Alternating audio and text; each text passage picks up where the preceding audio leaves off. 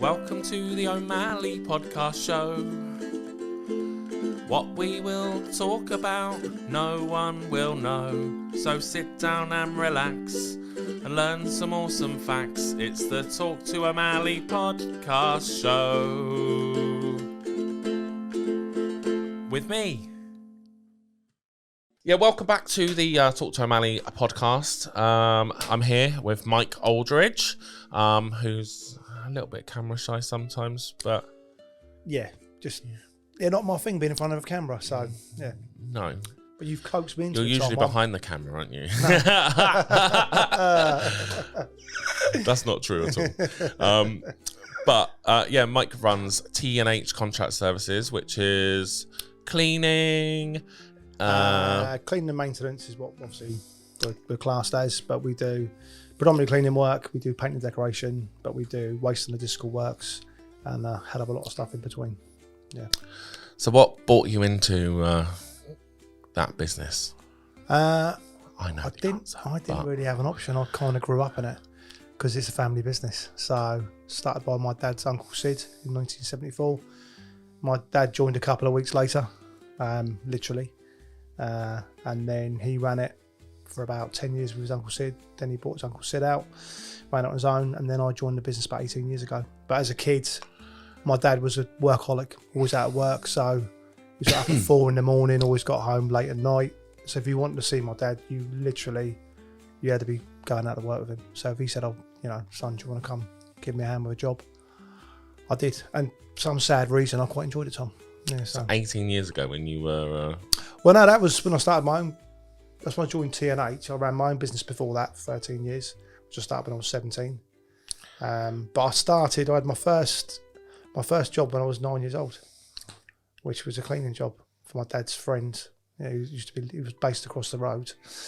When I was cleaning his offices at 9 years old. I thought there were laws in place, even when you were 9. Not back then, no. So how much did you get paid? I used to get £4 I used to work 4 hours on a Saturday. No, 3 hours on a Saturday. I used to get £4, and then that was my dad's best friend, Dave Baker, and he had a cleaning janitorial supplies business. And then during the holidays, when I was about 10, my dad said, he said, do you want to do a bit more work for Dave? I said, yeah, no, I'll do it, because I used to really enjoy it. I used to work in the warehouse, help him pick the orders and that.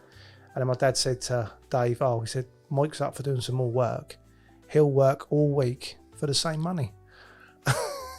And then I was sort of stood there at like 10 years old thinking, that doesn't sound like a great deal for me. And then Dave said, I can't do that, Pete. I'll give him £1 an hour. So I used to do 40 hours and get £40 a week. 10 years old. £40 a week? That's quite a lot of money back then. But back when I was like 10, 11 years old, yeah, that was great. Wait, that would have been... I could buy all the ice pops down the shop for my mates. Yeah, that would have been like 1980 something, right? That would have been in the 80s, yeah. I would have been about 89, 90, yeah. Bloody hell. Yeah. That's insane, isn't it? Well, you're not that much older than me, I remember. And then, what was your first business then? Just a technical guy there, actually. It was a cleaning business. I left school, went to college, didn't really get on with college. Loved school. Went to college and probably picked the wrong classes. What did you do? At college, I done business studies, which I enjoyed. Done computing, which the people in the class, nah. It was hard back then, though. Yeah, computing. and I was kind of like talked into doing it because I'd be good to do IT, because obviously, back then the internet was like a new thing and that. So I sort of picked it because I was told it'd be a good class to do, and I've done sociology. As well, because my tutor at college taught sociology and talked me into that, and I did not enjoy sociology, didn't enjoy IT. What did you not like about sociology? It was just a lot of people with a lot of opinions, yeah.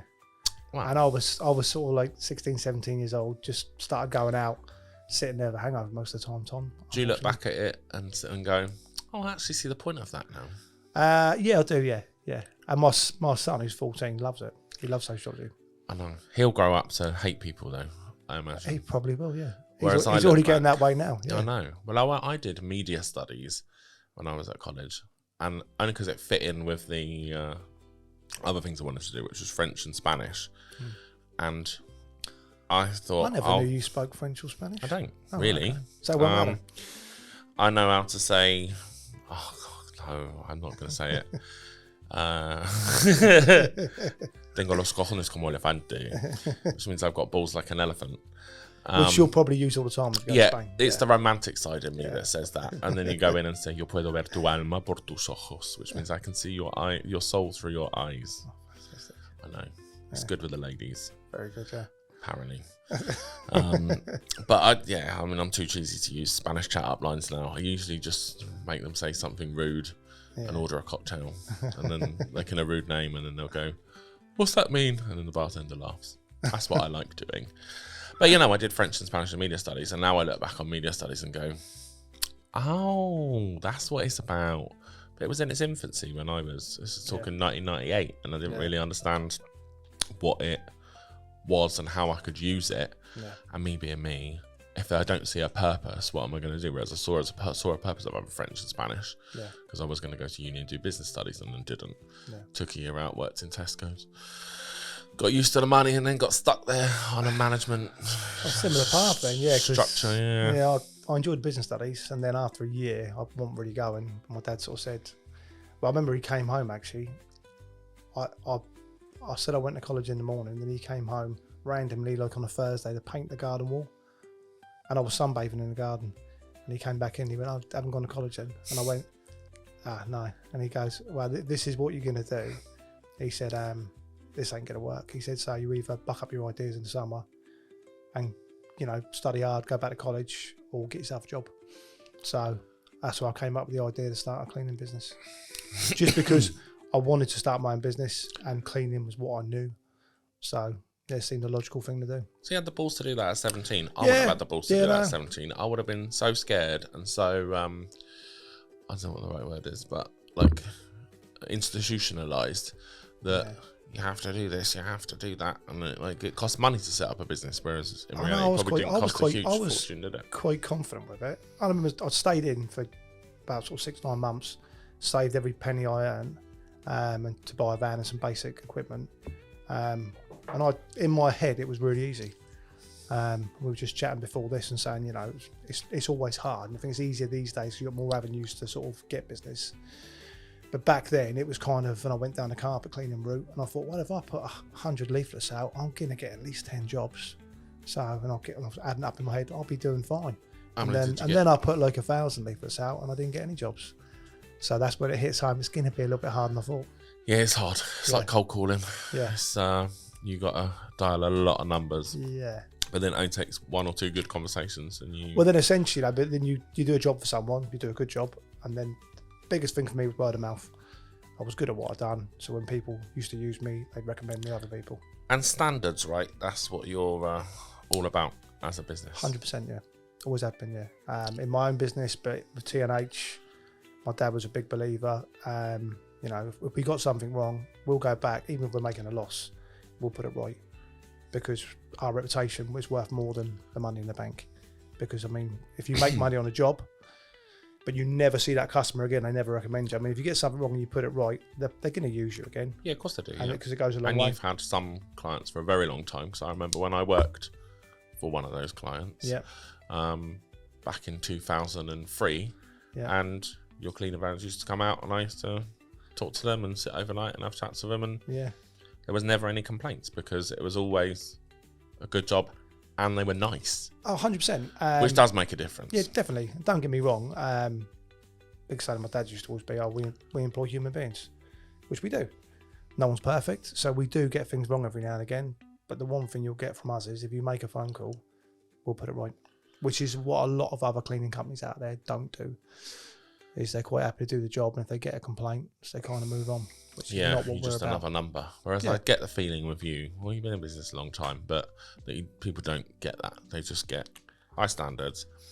Yeah, and that's why I like to think all of our main clients have been with us for 20, 30 years. Yeah. And that's the main part of it. And I remember when I came out to your office, and I'm like, I'm going to drag you downstairs, and I'm going to turn you into a LinkedIn wanker. And we did some videos around your warehouse, didn't we? We did, yeah. And it was like being in B&Q or Wix, because it's blue and white in it, actually. Yeah, it's blue and white, yeah. And but like then I saw what you knew, what an expert you were, and where I'm going with this is leadership, right? Yeah. So it all starts from the top. So you know that you can walk in that warehouse and know exactly where anything was, and you could do any of the jobs that anyone were going to do. And that's important for you, right? Massively, yeah. When I first came into T&H 18 years ago, one of the things that I thought we lacked was a good base to work from. Our old unit, I mean, it was my dad loved it. It was 5 minutes from his house, and he bought it and built it up from years ago. But the warehouse was it was really disorganised. The offices were just sort of, they've been changed so much over the years, they didn't really flow. So when we moved sort of like nearly 4 years ago now, the offices we got now, one, they're outside of town, which is a lot better for us because they're better base. But the offices are loads better upstairs. But the warehouse, like you say, it's all been done properly. It is like going into a supermarket. You've got everything labelled, everything's in its place. But for me, we've got the best setup of anyone in this area. And if I was a clean operative coming to work for another kind of work for me as a company, I'd feel appreciated because there's been effort put into that. You know, just the way the warehouse is set up, the kit we invest in, the way we set the vans up. I know other cleaning companies, and when we work with other cleaning companies at times, and they turn up and it's a hoover and a bucket of mops just chucked in the back of a van. There's no thought really goes into it. No. And I like to think that's what kind of sets us apart. And we have got the right kit for the job. Well, you're corporate without being corporate. Like I remember walking around there, and it was like being inducted into your business to an extent, right? I'm just a visitor and I'm looking around. But I mean, I worked for Tesco's like a long time ago, and I've worked for Co-op and I've worked for Weatherspoons, and they're big firms with big processes, and how like you always felt like you were going to get shown around, and I felt like if I was a new starter and it was you showing me around, or it was the warehouse manager showing you around, that you get quite heavily involved in it, which I like, to be honest with you, because it's that family, nice vibe that you're working for, rather than just big corporate cleaning company. There's your cleaning stuff, where you go, sort yourself out and fuck off. Yeah. But I don't get the vibes out from you. Well, that's where we're in a nice position, because I think for years we were a smaller family company, and we were striving to be more professional and be like the bigger boys. But then it's quite amusing, because then when you kind of get to a level where you see how the big boys work, I won't name names, but it's horrendous because they've almost got too big to care. Whereas we're in that nice situation where we're big enough to be able to do everything properly, but we're not too big to have stopped caring about the people who actually work for us. Well, yeah, and I think it's important that you've got someone who cares. I mean, I like to think that's the reason you picked me to do your insurance bits, but you know, we'll get a testimonial afterwards. It's fine. But but it's important that you've got someone who actually cares, like small enough that big enough that they can cope, but small enough that big enough to cope, small enough to care. Which is a phrase that's banded about by lots of different companies, but I like to think with our company it is genuinely true. You do? Yeah. And would you say you are, I don't want to say anal because it's probably going to come out wrong, especially if someone Google searches things, transcript. I'm definitely OCD with stuff. I like things being organised in a certain place, which in our industry is like a superpower, because, you know, being OCD is great. I've interviewed loads of cleaners before and they go, I'm OCD, and I'll go, brilliant. Love it. Yeah. I like it when I walked in your warehouse and there was a label for everything. I think even our label maker's got label maker labelled on it. Has it? Yeah. I remember going in, and Mike hasn't posted any of these videos I've done for him. Well, because Tom caught me literally walking downstairs, and then, I might have even been coming out of the toilet, and then Tom was there with the camera and went, right, let's do some videos. Luckily, we didn't go back in the toilet. We went out to the warehouse. Natural. Yeah, we definitely didn't go back in the toilet. Yeah. But then he started filming and asking me loads of questions. Sense of humour. Asking me loads of questions. And to be fair, it was easier than I thought, because I think he'd done it off the cuff. But I just kind of felt like I've been out and about on site that day. I didn't really, you know. Yeah, but people, that's life. But that's what people want to see. But that probably is what I should show, because that is the life of being in the cleaning business, You never know where you're going to be from one day to the next. I've had some content go out recently that's been highly polished, and I filmed it in your office, actually, to be fair. Yeah. All the stuff you see, that's not my office. And it's been highly polished, and it doesn't get quite the same feedback. And I feel like I'm losing the me, but that's why I do this. Yeah. Because again, you have to put across the corporate message, which is I can do this and I'm professional. Yeah. But also, you want to see that it's you they're talking to, not just, another robot on the end of the phone. Yeah. And it's difficult to convey. And I think that's what puts a lot of people off using social media and stuff for like LinkedIn and Instagram and things. And this is something you're exploring, I think now, isn't it? Yeah, we are trying to, Yeah, we've always had clients that stayed with us a long time. But when we moved a couple of years ago, we've got scope to take on more work now, which we want to do. But new business has never been something we've never really had to try for it, to be fair, because we've always ticked along quite nicely where we were. But at the moment, we are actively trying to get some new clients on board, just because we're at a stage now where we're quite comfortable with what we're doing, and I think we need to go to sort of like the next level. Do people think about?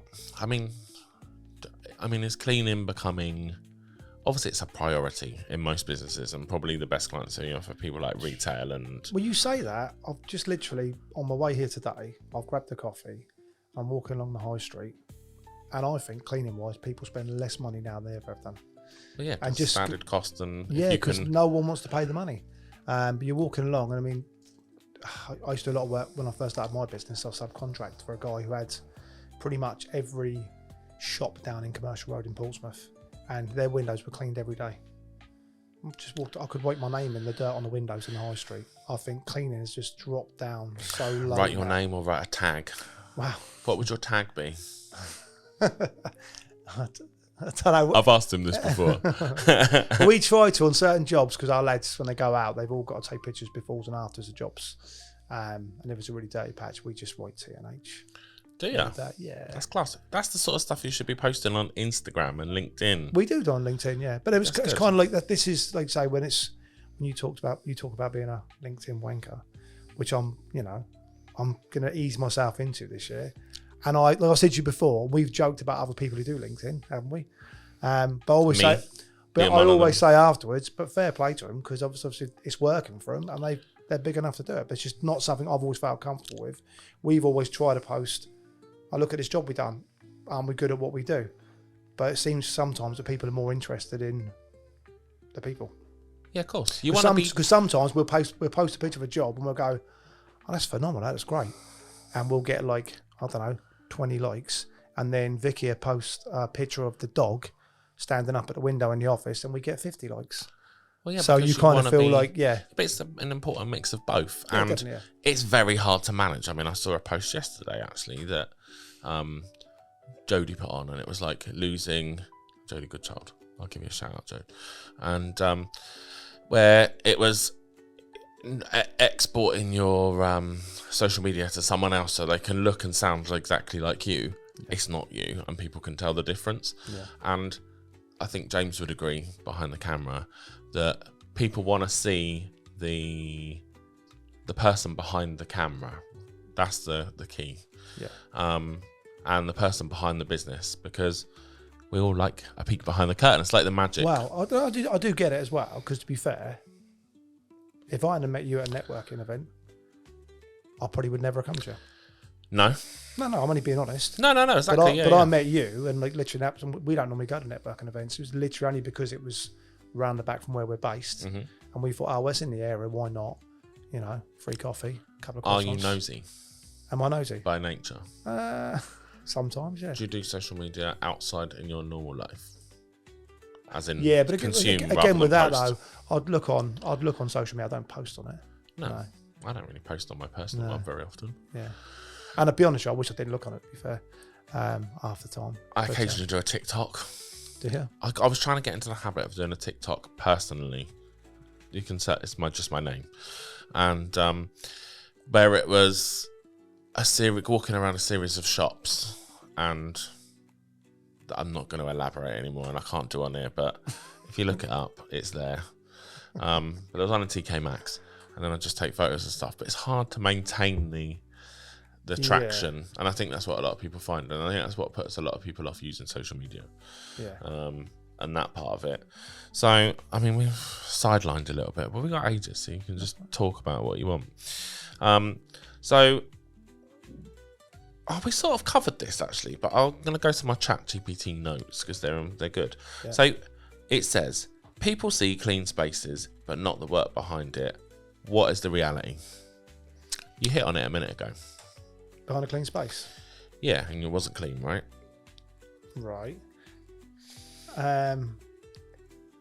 Well, from behind the scenes, what goes into making that area clean, do you mean? Yeah. Well, it depends what sort of clean it is, but if it's a normal contract clean, like offices and that, it's recruiting the right people, putting the right processes in place. And then, to be fair, that's the hard part, getting the right people in there, 100%, especially these days.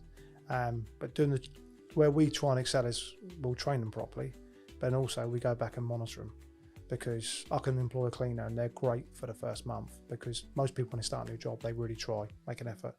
But if they know no one's going to come back and check on them, then standards just by human nature will drop, which is why we've got a contracts manager. She'll be there, some contracts weekly, others monthly, but she'll be there to monitor them, check the standards, do an audit, speak to the cleaner, speak to the client. That's what makes, if you want proper contract cleaning, that's what makes it.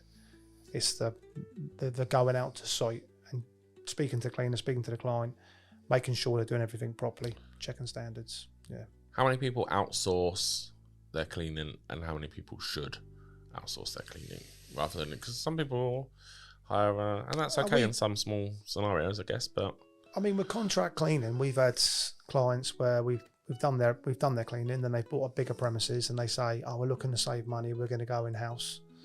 And then we normally get a phone call 6 months later and go, "Can you come and give us a price?" Because what they don't want is then they realise they've then got the cleaners coming to them every day going, "Oh, we've run out, the cloths haven't been washed, we need new mops, that chemical don't work, no one's ordered this."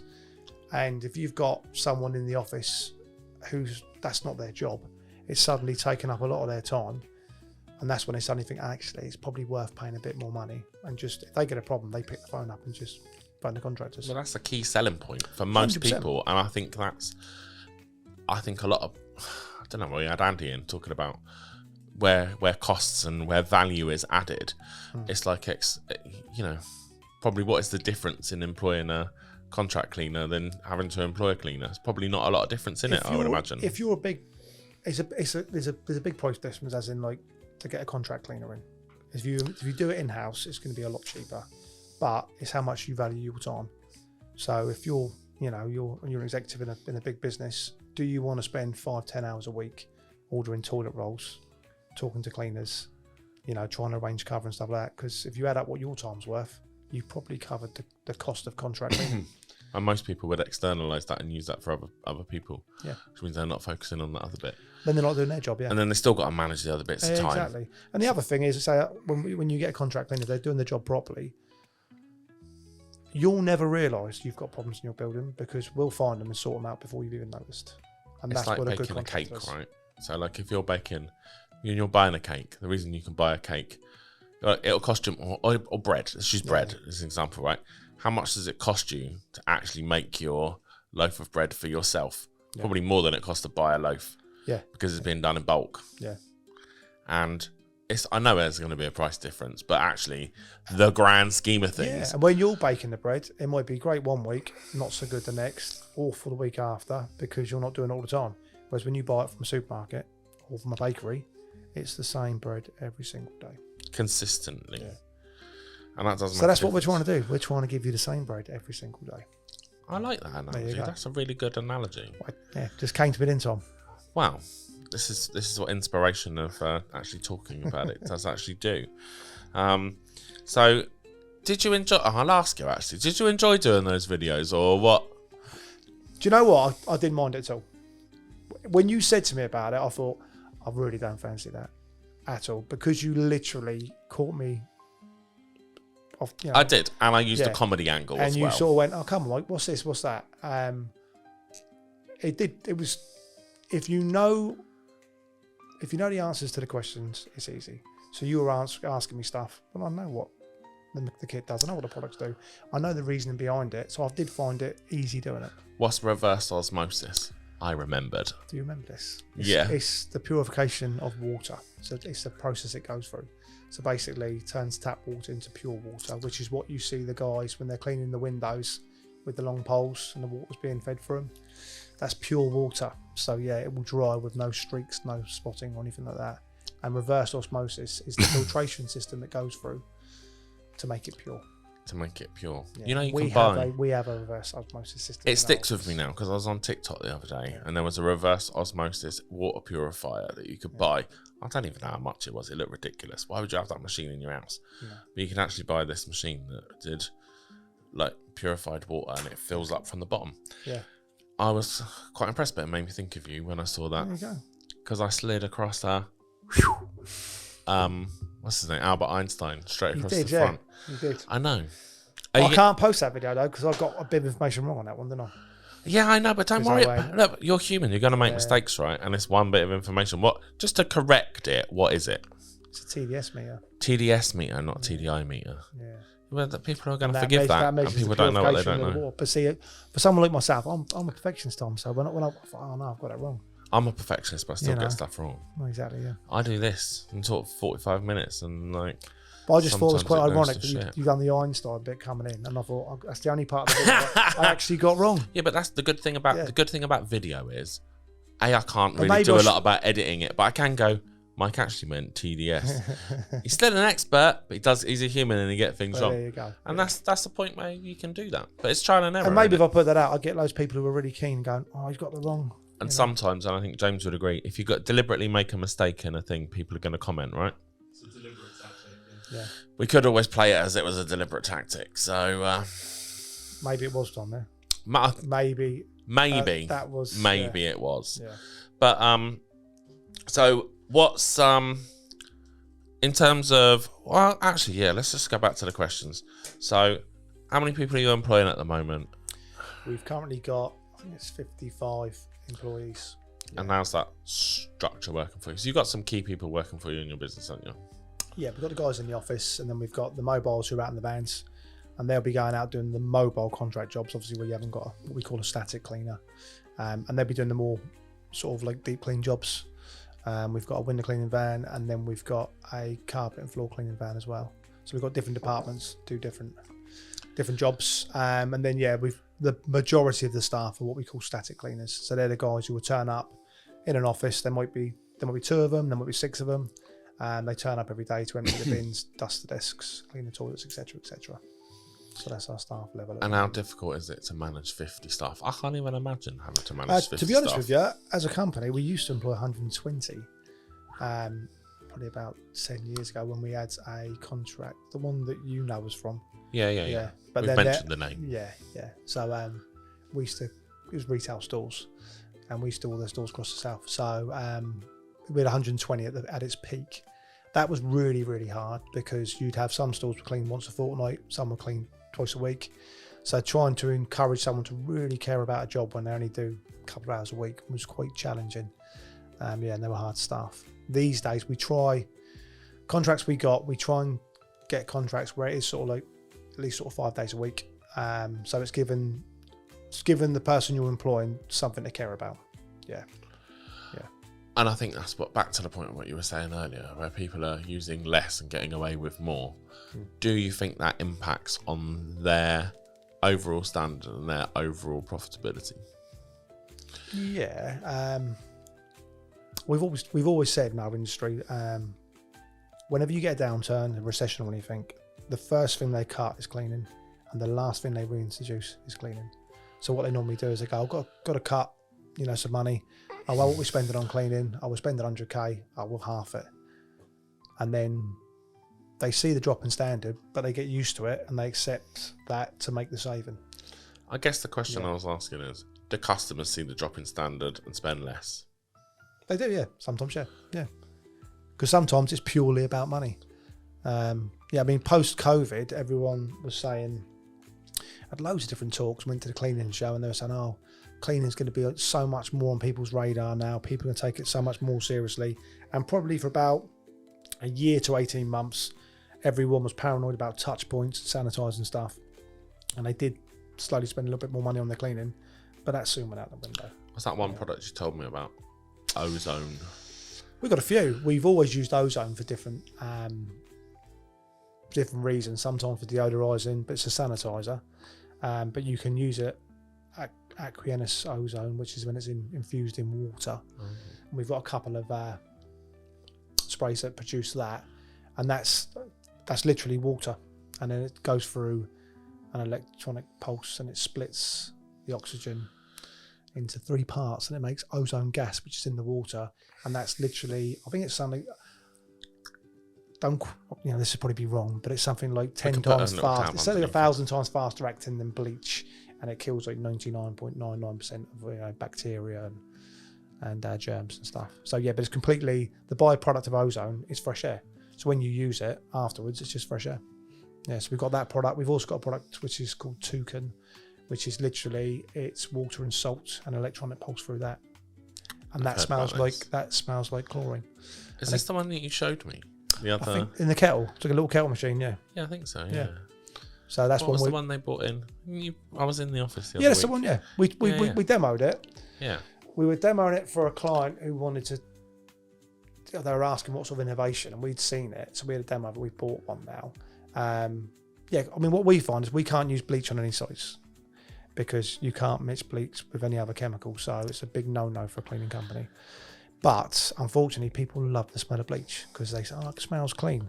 So this product is totally green. It's got no chemicals in it. It's just got salt, but it smells like chlorine bleach. Yeah, so. Yeah, it did. It smelled like the pool, didn't it? It's a bit of a winner, yeah. It smelled like a swimming pool. But it's completely safe. You can spray it on your hands. You can drink it, apparently. I haven't tried it. I mean, Scott in the office probably will, because when we first got ozone, we've got the ozone trigger sprays, and then we've got an ozone unit that goes onto our washing machine.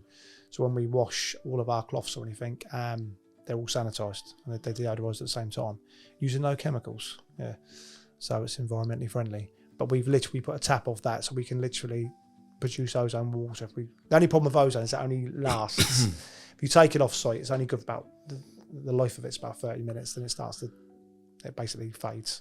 But we've done a glass of that the first time, and the guy said, if you use it, you can use it as mouthwash. Just literally swill it in your mouth, for 30 seconds to a minute. It'll kill any germs, bacteria, odours in your mouth. He said, and then he goes, I said, what, spit it out? He said, well, you can drink it if you want, because it'll just turn back.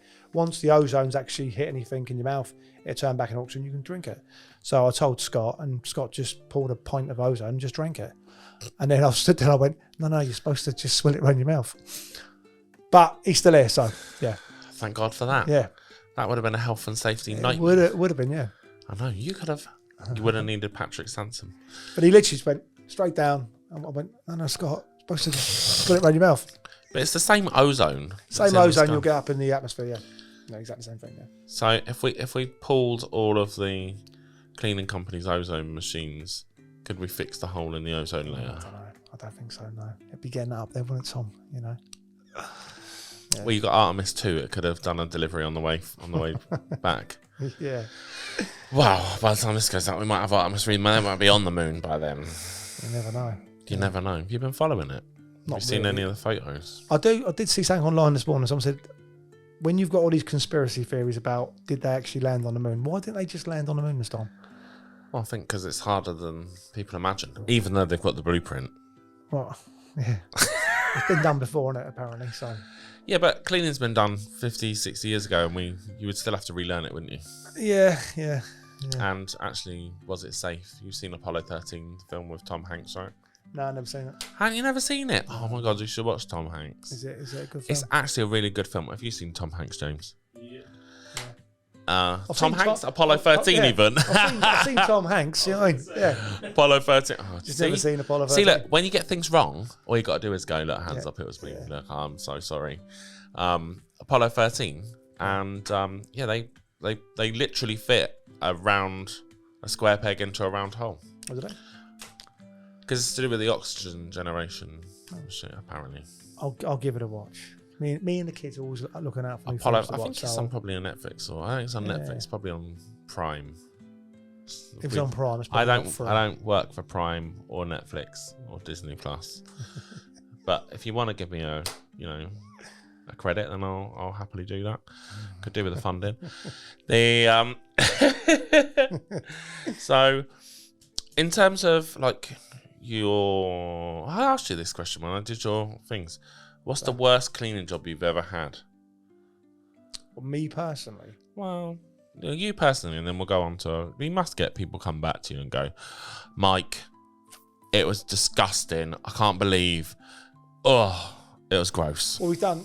To be fair, we do some adult social care jobs, which is people who are obviously like hoarders and that, which are really sad because people have got themselves into a really awful situation. Yeah, don't come to my house. Yeah. You'd think it was an adult Is care it like that, situation. Yeah.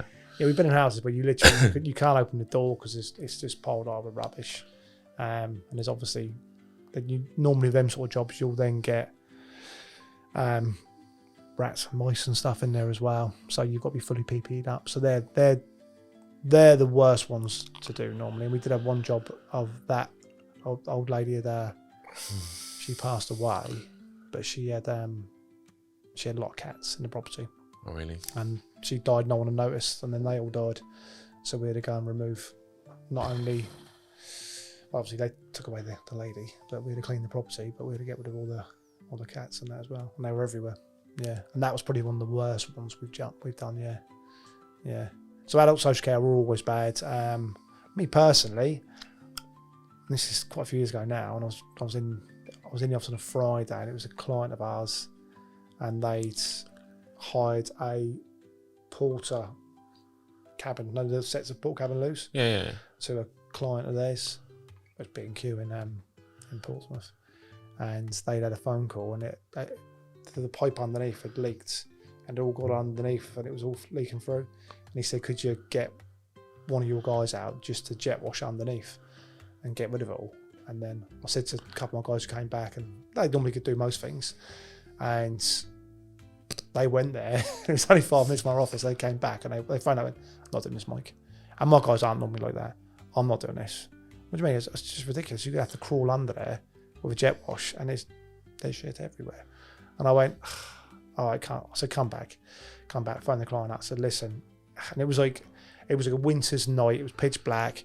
It was cold, it was raining. And I was like, phoned them out. I said, "Listen, the guy's been down there. It's not as simple as just jet wash underneath." I said, "They're going to have to crawl underneath, and there's shit everywhere."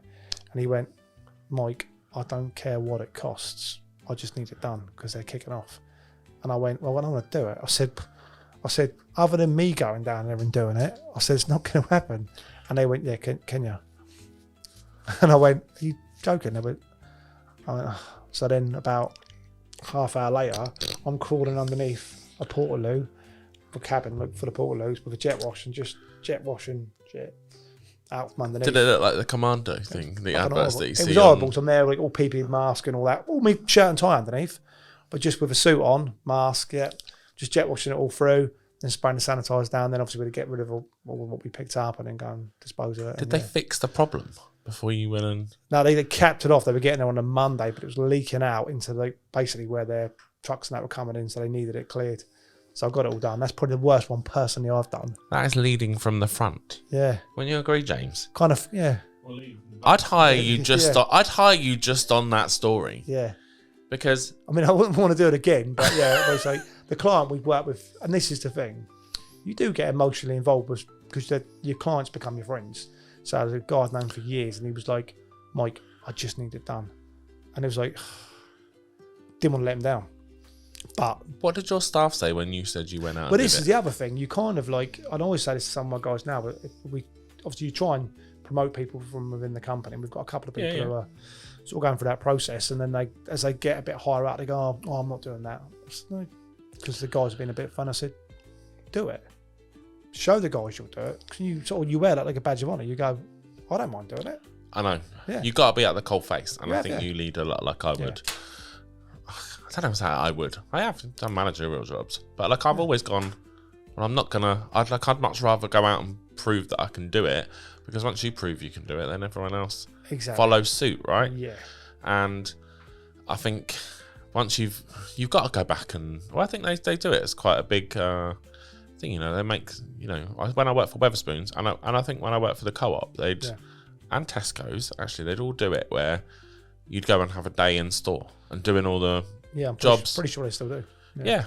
It's a great thing to do. I think so, because it shows people in the store that the people who are based in head office, you know, one, they're real people, you know, But also they come to the store and they're willing to do the same job you And do. to be fair, And sometimes you do learn stuff. I mean, I still go on jobs now. Sometimes by choice. I've done one the other week with the guys, and sometimes they moan about stuff, and you're in the office, you go, I can't see that being a problem. But then you go and do a job with them, and you go, actually, yeah, we probably need to look at that because there's probably a way we can make it easier for them. Yeah, definitely. And I think, I mean, it's been 23, 24 years since I worked for Tesco's, but actually, do you know what? It's quite a poignant moment. I still remember the guy who used to come from head office and work in Tesco's in Cosham. Yeah. I can't remember his name, but I do remember that it must have been 2002. Yeah. Because he had a 2002 Toyota Avensis that had cruise control. And I remember him telling me, it's just loads of motorway driving. But he used to come and work on literally in the cold face. And he'd help me on fruit and veg when I was working fruit and veg. And, he would actually get involved. And I think it's nice for them. And how often are you out on a job now? Not as much as I used to be. Probably every couple of months I'll be out on a job. Still done a job, yeah. But it depends. I mean, sometimes when we're really busy, I'll go in and help out because needs must. Other times it's because if there's a job that's a particularly important job, I'll go out there and make sure it goes right. But obviously, the bigger you get, the less you really want to do that. But every now and again, like you say, it's good to do. So yeah, at least every couple of months. Yeah. And I think the guys and the girls do appreciate it. Yeah. Oh, 100%. Yeah. I don't walk in your office and then, not that I'm in there all the time, genuinely not. Every week. Mike, can I use your desk, please? No, but I think it's nice to walk in somewhere where actually you're well liked and don't hear anyone moan. Everyone's keen and just get involved. Yeah. Yeah, no, I think we've got a really good team in the office. You have got a great Everyone team gets on really well. Everyone's been there. I mean, Zoe's been there. I think it's 36 years now. Been there before me. So when you were 12. Yeah. She used to pay my wages when I was working part-time at school. Oh, please don't tell me you had a crush on her. I'm not going to edit that bit out. To Zoe, when you watch that back, I don't... Wait there. No, I did. No. Yeah, no, you didn't. Okay, it's fine. I was trying to stitch you up and it didn't really work. Yeah, Zoe's an absolutely fantastic lady. But yeah. So, I mean, I spoke to... Andy was on a minute ago. Last week, by the magic of television. So, when you've had something go wrong, what have you learned? Because people like to learn from leaders that have done things wrong, right?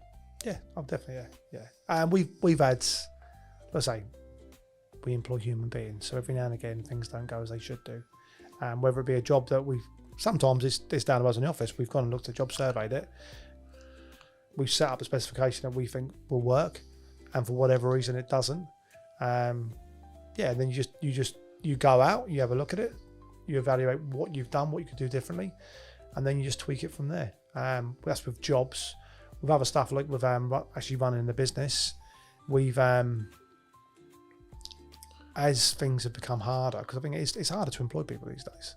Yeah. It's not like years ago. I mean, my dad, bless him, he was like, if he wasn't happy with someone, it was just come in the office, conversation, you're out the door. But them days are gone. There has to be processes. We've been very professional for a long time anyway. But the last couple of years, we've had a couple of incidents with some staff where, we've had to go, well, okay, well, we need to look at the way we actually do things now. Because if you don't do it correctly, it can come back and, cause problems. Luckily, we haven't had too many big problems, but yeah. I think there's a certain amount of onus on employers to do the right thing by their staff, and HR people will totally promote that. I do think there's a time when people take the piss. But I think generally HR... But it's always the same though. It's the ones who take the piss who ruin it for everyone else. Yeah, of course. Yeah, which is the shame of it. Yeah, I know. And I think I think I told you, didn't I, when I did a talk a little while ago at So Grow. Yeah. And I went, the people who you employ are going to be the ones that scream and shout loud enough, but they're probably going to lie to you, to be fair. And it's important that you ask those delvy questions and get to know the person behind what they're doing and recognising whether they're, got the same moral values as you as a business and you as a person. Yeah, and that's what we're quite big on, especially the last sort of 3-4 years, is and these little things you do learn as you go along, as you get bigger and you grow as a business.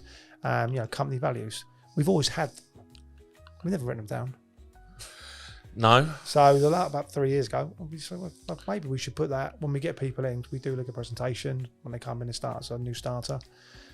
Whether they're static or mobile, they do a PowerPoint presentation with either the contracts manager or James who does our training. But we put the values in there because they are important to us.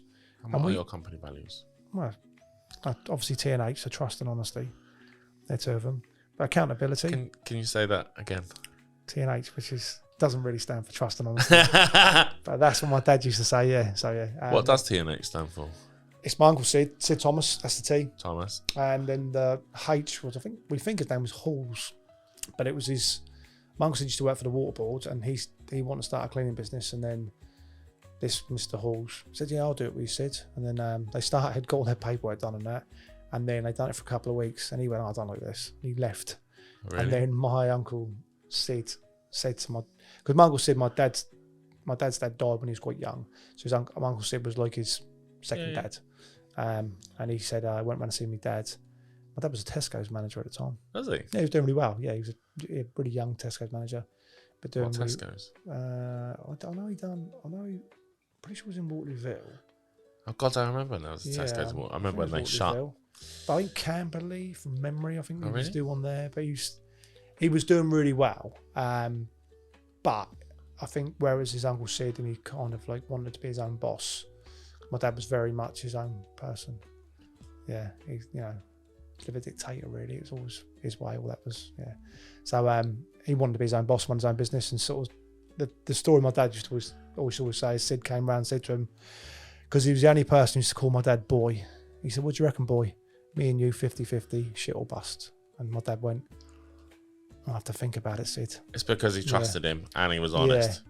So which is where that trust and so honesty. It was I get it. I know I was only playing, but and then my dad was like, yeah, okay. And then Sid went, well, should we change the name then to T&A? Because obviously Aldridge. And then my dad went, well, you've had the paperwork done now. He goes, it might only last 2 weeks. You never know. And now we're 36 years later. 52 years later, it's still T&H. But as the years went on, and we used to go to like look at jobs with my dad, they go, oh, what does T&H stand for? How many people ask you? They ask all the time. My dad just go, trust and honesty. with a completely straight face. And they used to go, oh, I love that. So yeah. Could he say it with a straight face, unlike you? Yeah, completely straight face. Trust and honesty, yeah. Trust and honesty. Yeah. We say it now. It's even on some of our brochures now, yeah. Trust and honesty. Good. Yeah. So they're two of our really key values. Despite the fact that he said it, trust and honesty. Yeah. I know. But it's true. Yeah, but it is true. No, that's my point. It is totally true because you are. I've been in Mike's place and I can genuinely see what goes on, and it's a pleasure. Oh, it's nice to hear that. It really is a pleasure. To be fair with you. And it's big believer when you treat people how you want to be treated as well. So that not only the people we employ, but our values. They go across to the people we work with now as well, because we've worked with people in the past. So other than trust and honesty, what is your other values? Yeah. Say accountability. Yeah. Self-improvement. It's a big one for us. Diligence is one of them. Yeah. I think I'm leaving one out, and that's it. I can't remember at the moment. That's fine. You can add it in afterwards. It'll be fine. You'll remember it in a sec, and then it'll be there because I've put you on the spot, so I'm not expecting you to just remember it. The top mate, I thought it was quite good. Oh, I think it's pretty good. Yeah. I was going to ask you something actually. Then it was based on when I came out and saw you and did your socials. So you're environmental stuff. So obviously, as a cleaning company, like these days, it's quite hard to stay on. How much have you got to do? Like, is it a case that you have to do it because it's good for the environment and good for business and good for show? And how much of that is lived by value, experience, and everything else that goes on? I'm going to nab a biscuit. Carry on. That's a question to get on with, isn't it? Yeah. From the environmental side, where I've come through from working within the industry, from every level, doing all the different jobs. I've been a static cleaner, I've run my own business, worked in the van. there's some horrible chemicals out there.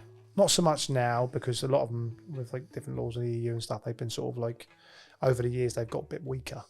But remember years ago when I used to use certain chemicals, I mean, yeah, they just weren't nice to work with. So for me personally, if we can use a product that's environmentally friendly, which is safer for our guys to use, for me it's a no-brainer.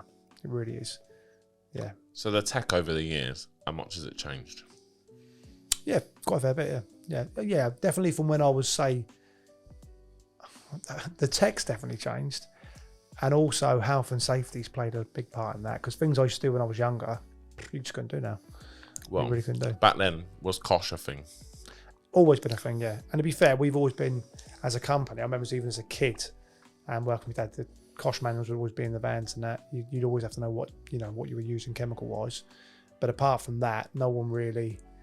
There was certain stuff you get on and do, like working on ladders and stuff. You barely ever use a ladder these days. I've done jobs now when I think about it. I thought I'd be up, three stories on a ladder with no one foot on it. It's crazy, isn't it? Yeah, but I ran my own business because I got a job in that was the height of the windows. I was cleaning the windows for someone. Couldn't afford to have someone with me at the time, and I needed that £30 window job. And at 17, you think, oh yeah, I'll do it. But when you get a bit older, you think that's ridiculous, because if I'd slipped, was it really worth it? Wouldn't need some insurance. Yeah, and that's yeah, you would do, yeah. But in some ways, that's where health and safety has improved things.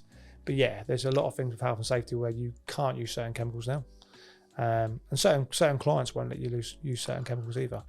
They're quite big on that, because everyone's got sustainability goals they want to sort of hit. So we've always been into that, because one, I think it's the best thing for you as a company and the people you employ. But two, when they've been sustainability and people not want to use chemicals, we're already hitting them targets already. We haven't had to try really. And in terms of vans and stuff, and you got electric vans, haven't you? Yeah, got a couple of electric vans. Yeah, I mean for the short range stuff, they're fine. I mean, I've got an electric van, but I wouldn't take it on long journeys, because yeah. How far would you go in an electric car? I've been to London in my. That's 60 miles, isn't it? Yeah, I know, but when you get caught in traffic and it's cold and you got your electric seats on, heated seats, and the battery's going down and down and down, I was like, oh. I'd be well scared. Yeah.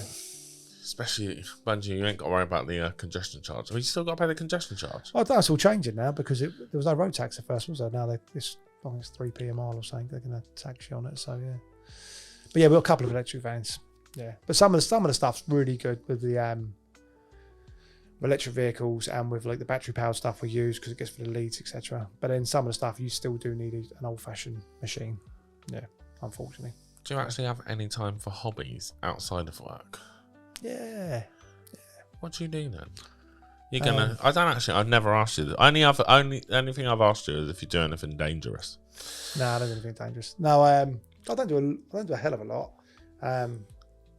Yeah, because obviously outside of work I've got my 2 kids, so they take a fair bit of time, but they're now teenagers, so they don't want to spend any time with me anymore, because they've got their own lives to get on with. So I've got a 15-year-old. He don't want to spend any time with me. My girl's 15, my boy's 14, so yeah. So it's East half term now, and normally, like years ago, I'll be thinking, need to plan a couple of things to do with them, whereas now they're quite happy just doing their own thing, which is good and bad, because it's great, because it takes the pressure off me a little bit.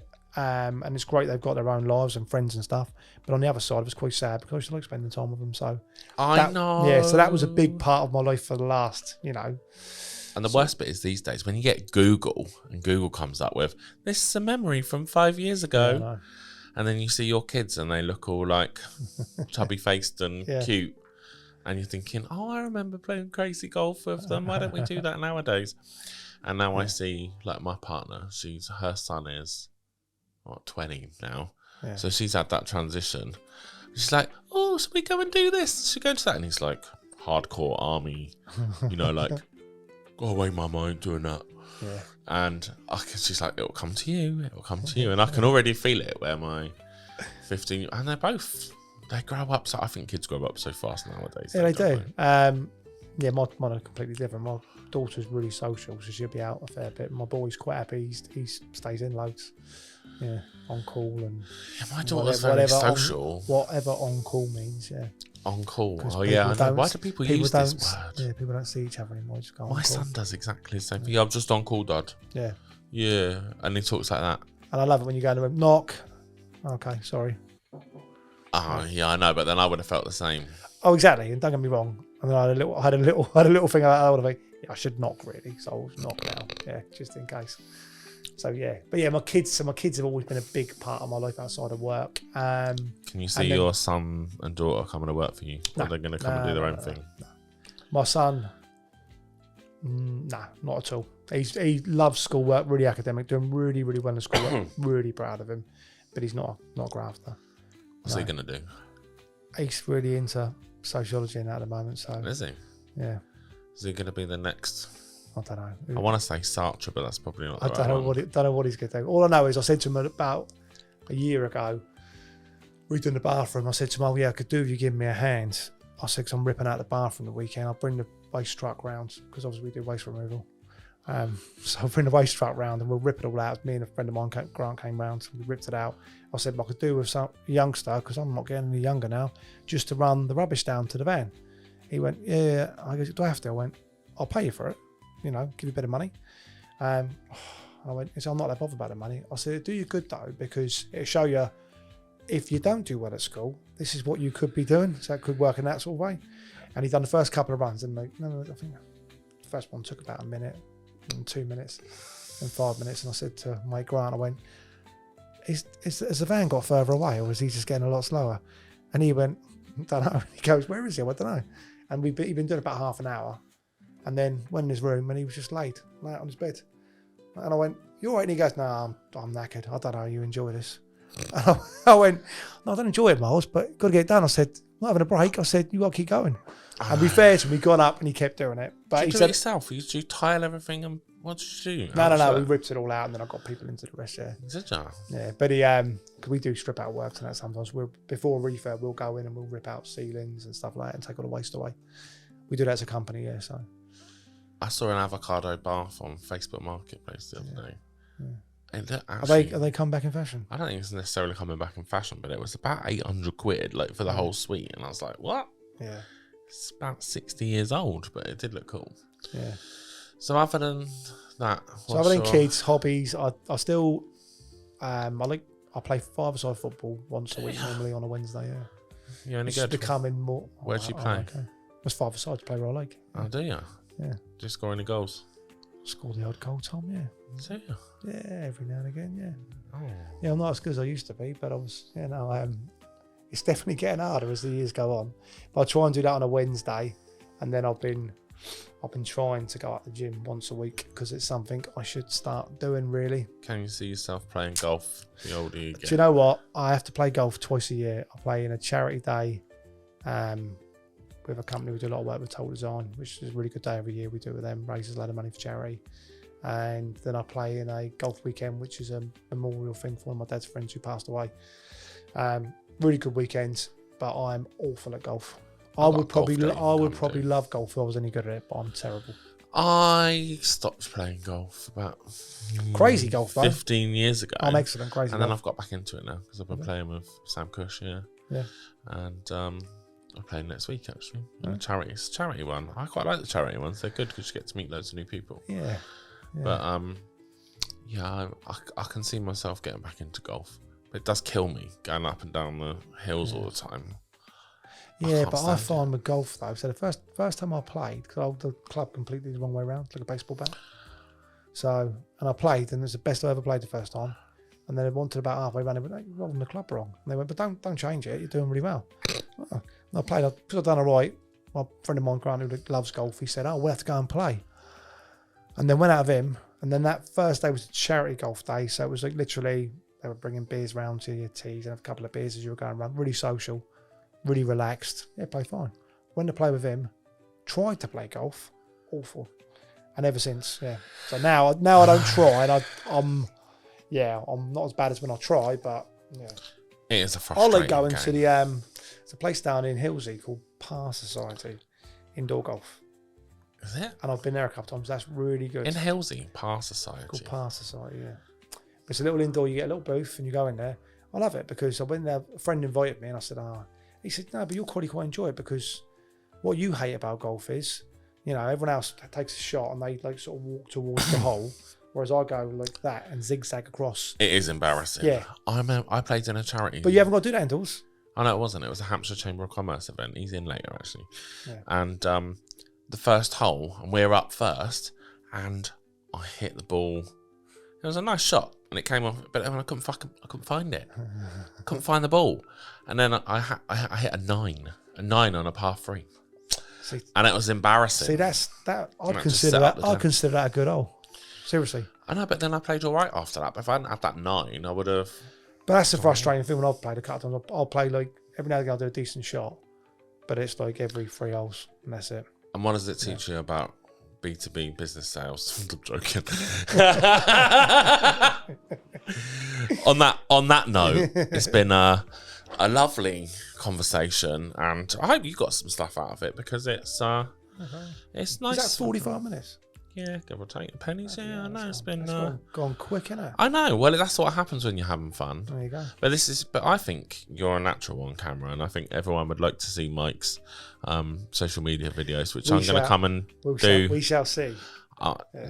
That's Tom's next career, I think, is social media creator, and I think you'd be great at it. And comedy. Oh, I don't want to do comedy. I'm too rude. I'm never going to get on the Royal Variety Show. So what's the point of even trying? Do they invite Jimmy Carr on the Royal Variety? No. But yeah, they got on that bombshell. Yeah, if you'd like to follow Mike, he's going to be more active on LinkedIn and other social medias and T&H Contract Services. But yeah, thanks for listening and like and subscribe.